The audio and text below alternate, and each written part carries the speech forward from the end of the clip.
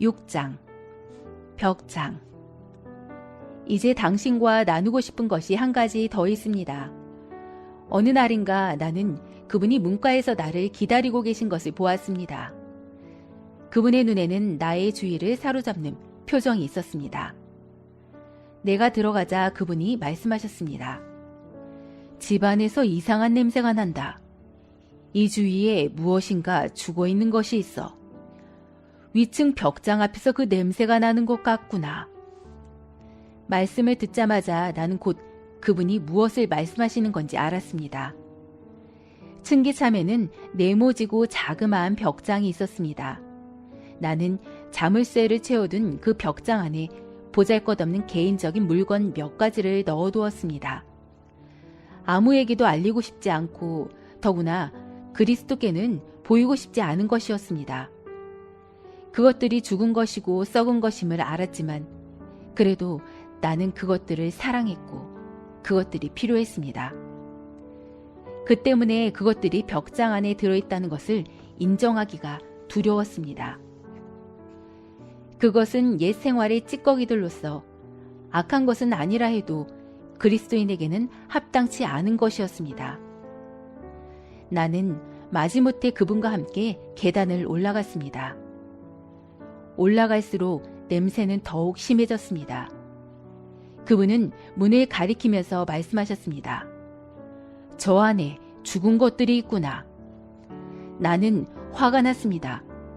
그것은 내가 비밀을 넣어둘 수 있는 유일한 방이었습니다. 나는 그분께 서재, 주방, 거실, 작업실, 오락실, 침실 등을 모두 보여드렸는데 이제는 자그마하고 네모진 벽장까지 요구하시다니 말입니다. 나는 마음속으로 이렇게 말했습니다. 이건 너무하잖아. 이 열쇠는 드리지 말아야겠다. 자, 그분은 내 생각을 읽은 듯이 말씀하셨습니다. 만약 내가 이런 냄새를 맡으면서까지 여기 머무를 것이라고 생각한다면 그건 오해다. 베란다 뒤편으로 내 침대를 내어놓아야겠구나. 도저히 이런 냄새를 맡을 수가 없구나. 그리고 나는 그분이 아래층으로 내려가시는 것을 보았습니다. 당신이 그리스도를 알고 그분을 사랑하게 되었을 때 가장 불행한 일은 그분이 당신에게서 얼굴을 돌리심으로써 그분과의 교제가 끊어지는 것입니다. 나는 항복할 수밖에 없었습니다. 주님께 열쇠를 드리겠습니다. 나는 슬픈 마음으로 말했습니다. 그러나 주님이 벽장을 여셔야 합니다. 주님이 그것을 깨끗하게 청소해 주십시오. 제게는 그럴 만한 힘이 없습니다. 알고 있다. 그분이 말씀하셨습니다. 내게 그럴 능력이 없다는 것을 안다. 열쇠만 내게 다오. 그러면 내가 하마. 그래서 떨리는 손으로 그분께 열쇠를 넘겨드렸습니다. 그분은 내 손에서 열쇠를 받으시더니 문으로 가서 벽장을 여시고 거기서 썩고 있던 물건을 다 꺼내어 저 멀리 던져버리셨습니다. 그리고 나서 벽장을 정결케 하시고 페인트로 칠하고 수리하셨는데 이 모든 일을 순식간에 해치우셨습니다. 곧 상쾌하고 향기로운 바람이 집안으로 불어왔습니다. 모든 분위기가 바뀌었습니다. 아, 그 죽은 것들을 내 삶에서 추방시켜 버렸을 때 얼마나 큰 승리와 해방을 맛보았는지요. 내가 과거에 어떠한 죄를 지었든지 또 어떤 상처를 갖고 있든지 예수님은 나를 용서하시고 치료하셔서 나를 온전케 하실 준비가 항상 되어 있으셨던 것입니다. 할렐루야. 하나님의 평강이 우리 모든 성도님들과 함께 하기를 원합니다. 오늘 요한일서 우리 함께 읽었는데요. 요한일서는 하나님의 자녀들에게 쓰여진 편지입니다. 그래서 요한일서에는 이러한 표현이 많이 나옵니다. 자녀들아, 아이들아, 형제들아, 또 아비들아, 사랑하는 자들아 라는 표현이 많이 나옵니다. 믿지 않는 자들을 위한 편지가 아니라 성도들을 격려하고 믿음을 확실하게 해주기 위해서 요한일서가 기록되어 있습니다. 무엇보다도 요한일서 1장 3절에 교제를 격려하기 위해서 쓰여졌다는 것을 살펴볼 수 있습니다. 요한일서 1장 3절에 말씀하고 있습니다. 하나님 아버지와 그의 아들 예수 그리스도와 더불어 교제를 하게 하시는 하나님의 은혜를 감사하고 있습니다. 교제를 더불어 누리게 하기 위해서 요한일서가 쓰여졌다는 것입니다. 우리 하나님 아버지와 예수님 안에서 깊은 교제를 나누면 성도들과도 아름다운 교제로 이어지는 것을 볼 수 있습니다.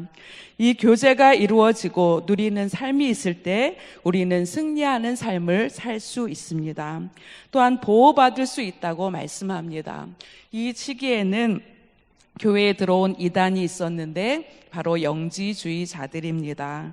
이 영지주의자들은 물질은 악하다고 하고 오직 영만이 선하다고 해서 예수 그리스도께서 성육신 하셔서 인간이 되신 것을 부인하는 자들이 교회에 들어왔다는 것입니다. 그런데 하나님 아버지와 예수 그리스도 안에서 또 성도의 교제가 이루어지면 이 모든 것으로부터 보호를 받을 수 있다고 말씀합니다. 무엇보다 가장 큰 은혜가 무엇입니까? 우리가 하나님 아버지와 예수 그리스도 안에서 교제를 누림으로 우리 안에 기쁨이 넘치는 것, 그것이 가장 중요한 은혜고 큰 은혜인 줄 믿습니다. 우리는 기쁨을 누리기를 원합니다. 항상 기뻐하기를 원합니다. 그런데 참 기쁨이 어디에 있을까요? 참 기쁨은 바로 그리스도 안에서 모든 교제와 성도들의 교제를 통해서 온다는 것을 우리는 말씀을 통해서 깨닫기를 원합니다. 우린 예수님 안에서 항상 기쁨을 누리기 원하는데 이 기쁨과 이 교제를 방해하는 것이 있다고 오늘 말씀하고 있습니다. 참 교제의 기쁨을 막는 그것은 바로 죄와 정직하지 못한 것이 이 기쁨을 막고 있다고 말씀합니다. 그것은 무엇입니까? 거짓말을 하는 것입니다. 하나님과 교제가 없으면서 어둠 가운데 살면서 나는 하나님과 교제가 있어, 하나님 안에서 나는 이 기쁨을 누리고 있다고 주장하는 것입니다. 사귐이 있다고 하면서 어둠 가운데 사는 것은 바로 거짓말하는 것이라고 말씀하고 있습니다. 또 우리가 요한일서 1장 8절을 보면 죄가 없다고 주장할 때 하나님과의 교제가 온전히 이루어지지 못한다는 것입니다. 하나님은 우리에게 이미 말씀하셨습니다. 성령을 통해서 우리에게 말씀하시는 것은 우리 모두가 하나님 앞에 죄인이라는 것입니다. 그래서 의인은 없나니 하나도 없다라고 말씀합니다. 그러므로 나는 죄가 없다고 하는 사람들은 자신을 속이는 사람들이고 그 속에는 하나님의 진리가 없다라고 말씀합니다. 이렇게 죄가 없다고 속인다면 하나님과 온전히 교제할 수 없습니다. 하나님과 분리된 삶을 살 수밖에 없다는 것입니다. 또 한번 우리 10절을 통해서 어떤 사람은 죄가 없다고 주장하면서 끝까지 버티려고 하는 사람이 있다는 것입니다. 그런데 죄가 없다고 이렇게 계속해서 주장하면 죄인이라고, 너희 모두는 죄인이라고 선포하신 하나님을 거짓말하는 자로 만드는 자들이라고 말씀합니다. 이런 사람에게는 하나님의 말씀이 그 안에 거하지 않는다는 것입니다. 우리 내 마음 그리스도의 집, 오늘은 벽장을 우리 같이 들었습니다. 이곳에 나타난 주인공은 예수님을 영접했습니다. 그리고 예수님의 집의 모든 구석구석을 다 보여드렸습니다. 그리고 그는 예수님과 함께 있는 것을 기뻐했습니다. 정말 행복한 시간을 보낸 것 같습니다. 그런데 예수님께서는 이렇게 말씀하십니다. 너희 집안에서 이상한 냄새가 나는구나. 이 주위에 무엇인가 죽어 있는 것이 있는 것 같다 하시면서 위층 벽장에서 그 냄새가 난다고 말씀하십니다. 이 주인공은 정말 예수님께 보여드리고 싶지 않은 곳이 한 군데 있었는데 그것이 바로 벽장이라는 것입니다. 이 이야기를 들으면서 우리에게도 정말 알리고 싶지 않은 공간이 있다는 것을 고백하게 됩니다. 나만의 이야기가 있는 곳, 그것이 비록 썩었고 냄새나는 곳일지라도 내가 이것을 누구에게 보이고 싶지 않은 그러한 공간이 있다는 것입니다. 내가 사랑하는 것이고 내가 집착하고 있는 것이 있다는 것입니다. 오늘 이것을 옛 생활의 찌꺼기라고도 이야기하고 죄라고 할 수는 없지만 그리스도인에게 합당치 않은 것, 무언가 예수님 앞에 부끄러운 것을 이야기하고 있습니다. 그래서 이 사람은 너무합니다. 나는 예수님께 다 보여드렸는데 서재도 보여드렸고 주방도 보여드렸고 거실도 작업실도 예수님께 다 보여드렸는데 이제는 이 깊은 것, 이 작은 벽장까지 예수님이 요구하시다니 이건 너무하지 않는가라고 그는 중얼거리고 있습니다. 그런데 이 이야기를 통해서 우리가 깨닫기를 원합니다. 우리 하나님은 빛이십니다. 이 빛이신 하나님은 어둠과 함께 있을 수 없다는 것입니다. 왜냐하면 하나님에게는 어둠이 조금도 없기 때문입니다. 그래서 주님은 이 어둠을 제거하라고 말씀합니다. 그런데 우리가 정말 기억해야 될 것은 이 공간은 내가 어떻게 할 수가 없다는 것입니다. 그래서 이렇게 주님께 고백합니다. 주님, 저에게는 힘이 없습니다. 이 공간을 깨끗하게 할 힘이 저에게는 없습니다. 그래서 어떻게 했습니까? 이 벽장의 열쇠를 예수님에게 드렸습니다. 우리 모두도 이렇게 하기를 원합니다. 주님, 내 안에 썩고 있는 많은 것들, 내 안에 상처로 인해서 골마타진 많은 부분들, 하나님의 은혜의 빛을 받을 수 없는 많은 어두움, 주님, 제가 제 힘으로는 어떻게 할 수 없습니다. 예수님, 제 안에 오셔서 정결하게 하시고 깨끗하게 하셔서 저로 주님과 교제하는 기쁨을 누리게 하옵소서. 이렇게 고백할 수 있는 우리 모두가 되기를 원합니다. 주님께 이렇게 고백하고 주님께 열쇠를 드릴 때 주님은 깨끗하게 하신다고 말씀하고 그 썩고 냄새나는 벽장에서 이제 상쾌하고 향기로운 바람이 불어왔습니다. 그리고 그는 이 모든 어둠과 상처에서 승리와 해방을 맛보았다고 고백하고 있습니다. 오늘 함께 요한일서 1장 9절을 함께 읽으셨습니다. 우리 다시 한번 읽겠습니다. 말씀을 보시면서 만일 우리가 우리 죄를 자백하면 그는 미쁘시고 의로우사 우리 죄를 사하시며 우리를 모든 불의에서 깨끗하게 하실 것이요. 하나님은 우리가 예수님 안에서 하나님과 교제하면서 날마다 기쁨을 누리기를 원하십니다. 그러면 우리가 해야 될 것이 무엇인지 말씀합니다. 자백하라고 말씀합니다. 만일 우리가 우리 죄를 자백하면, 이 자백이라는 뜻은 이런 뜻을 가지고 있습니다. 똑같은 것을 말하면 이란 뜻을 가지고 있습니다. 이것이 무슨 뜻입니까? 하나님께서 우리를 죄인이라고 말하시는 것을 우리도 그대로 인정한다는 뜻이 있습니다. 하나님이 너희들은 죄인이다 하시면 예, 그렇습니다. 저희들은 죄인입니다 라고 인정한다는 것입니다. 이 죄는 복수로 쓰여 있습니다. 구체적이고도 상세한 죄들을 하나님 앞에 고백하라는 것입니다. 자백은 무엇입니까? 하나님이 말씀하신 대로 그대로 인정하는 것이고 우리의 구체적인 죄들을 하나님 앞에 생각하면서 뉘우치고 또 진실하게 고백하며 버리는 것이 바로 죄의 자백인 줄 믿습니다. 우리 다윗이 하나님 앞에 나아갈 때 어떻게 나아갔습니까? 시편 32편 1절부터 5절에 기록되어 있습니다.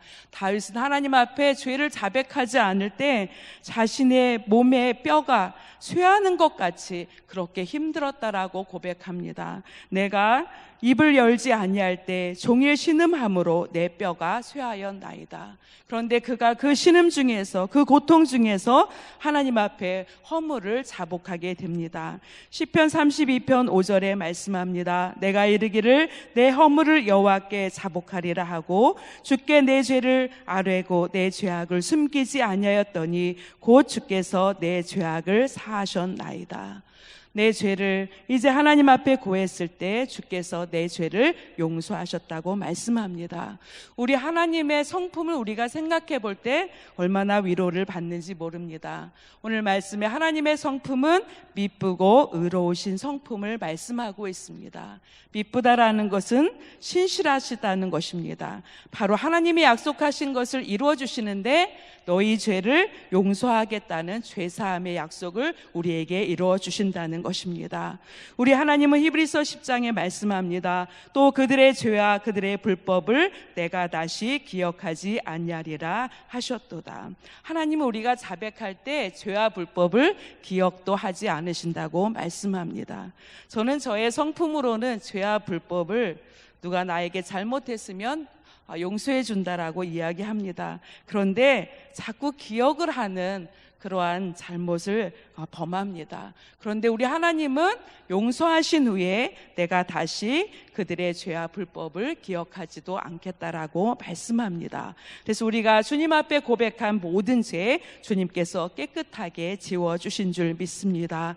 고백하면 이렇게 선하신 하나님께서 용서하실 뿐만 아니라 모든 것을 탕감해 주시고 모든 허물을 제거해 주실 뿐만 아니라 온전하게 깨끗하게 해 주신다고 말씀합니다. 오늘 우리 말씀을 통해서 기억해야 될 것은 용서하여 주시는 권한이 하나님께 있다는 것을 우리가 기억하기를 원합니다. 내가 노력을 해서 어떻게 해서 이 죄를 좀 해결해야 되겠다라는 노력을 우리 하나님 앞에 우리 모두 멈추시길 바랍니다. 바로 하나님께서 오직 예수 그리스도의 대속을 통해서, 십자가의 대속을 통해서 그 은혜로만 우리를 사하여 주신다고 말씀합니다. 그래서 하나님의 신실하신 성품을 믿고 죄를 용서해 주시겠다는 하나님의 약속을 굳게 믿고 날마다 하나님 앞에 나아가서 용서받는 우리의 귀한 믿음이 되기를 원합니다. 우리도 이렇게 똑같이 고백하기를 원합니다. 내가 과거에 어떤 죄를 지었든지 또 어떤 상처를 갖고 있든지 예수님은 나를 용서하시고 치료하셔서 나를 온전케 하실 준비가 되어 있는 신실하신 분입니다. 이렇게 믿음으로 고백하기를 원합니다. 주님 앞에 자백하는 것이 쉽지는 않습니다. 우리 모두의 고백이시지요? 자백하는 것이 쉬우신가요? 우리의 본성은 죄를 직면하기를 너무 힘들어합니다. 저도 하나님 앞에 나아갈 때 죄의 모습을 직면하는 것이 너무나 힘들다는 것을 저는 고백하게 됩니다. 우리가 기도할 때 성령님은 우리의 죄를 생각나게 하십니다. 때로는 기도 가운데 정말 숨기고 싶은 깊은 마음속에 있는 죄를 하나님은 드러내 주시기도 합니다. 그럴 때 하나님 이렇게 고백을 합니다. 하나님, 저는 다른 사람을 위해서 중보기도 하는 거 그거 너무 기쁩니다. 제가 기도에 많은 시간을 중보기도로 이렇게 하면서 보내면 안 될까요? 라는 속의 생각이 올라오게 됩니다. 그런데 하나님은 지속적으로 우리 마음속에 깊은 곳에 있는 죄를 말씀하고 계십니다. 또 내 힘으로 어떻게 할 수 없었던 그 상처들에 대해서 주님은 직면하라고 그렇게 우리에게 말씀합니다. 그래서 정말 힘든 가운데 토설하기 힘들어서 애를 쓰다가 주님 앞에 그 모든 죄를 토설하면 우리 마음속에서 얼마나 큰 기쁨이 솟아나오는지, 주님의 자유케 하심과 주님의 온전한 은혜가 우리 안에서 강물처럼 흘러나는 것을 우리는 고백하게 됩니다. 이것을 믿으시는 우리 모두가 되기를 원합니다. 주님은 자백하라고 말씀합니다. 너희가 만일 자백하면 나는 성실하게 너희의 죄를 용서하여 주고 약속한 대로 너희의 죄를 깨끗게 하신다고 주님은 계속 말씀하고 계십니다. 우리가 뒤로 물러갈 것이 아니라 이 죄의 뒤에 숨을 것이 아니라 용서해 주시는 하나님의 약속을 믿고 담대히 주님 앞에 나아가서 우리의 죄를 고백하는 우리 모두가 되기를 원합니다. 그래서 주님이 주시는 기쁨, 교제의 기쁨도 누리시고 용서받은 그 해방과 자유의 기쁨을 누리실 수 있는 우리 모두가 되기를 원합니다. 주님은 깨끗하게 하십니다. 우리를 모든 불의에서 정결하게 하시고 내가 너희의 죄와 불법을 다시 기억하지 아니하리라고 확실하게 우리에게 선포해 주고 계신 줄 믿습니다. 우리 모두 주님 앞에 나아가서 이 자유와 기쁨을 누림으로 주님의 온전한 은혜를, 그 사랑을 날마다 누릴 수 있는 하나님의 사랑하시는 귀한 성도님들 되시기를 예수님의 이름으로 축복합니다.